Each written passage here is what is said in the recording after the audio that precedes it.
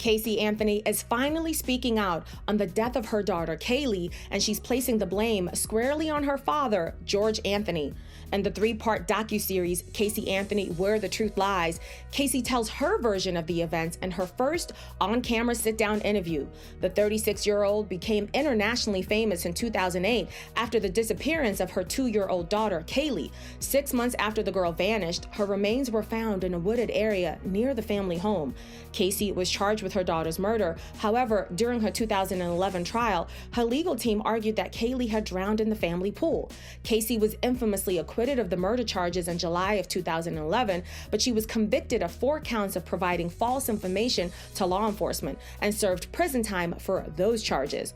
During her sit-down interview, Casey drops several bombshells and elaborates on her allegations that she had been sexually abused by her father George and her brother Lee.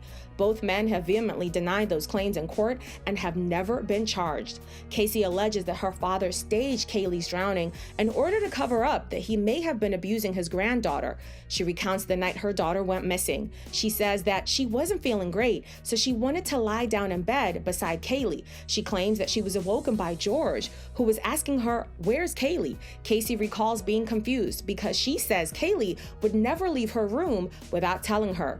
She goes on to claim that after she looked for her daughter in the house, she saw her father holding Caylee, who appeared to be all wet. She alleges that her father then handed her Caylee and told her that it was her fault. She also claims that he didn't resuscitate Caylee or rush to call 911. She then alleges that George took Caylee and then told her in a softened tone that it was going to be okay.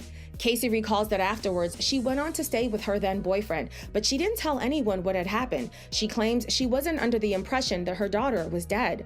The new documentary, Casey Anthony, Where the Truth Lies, begins streaming November 29th on Peacock.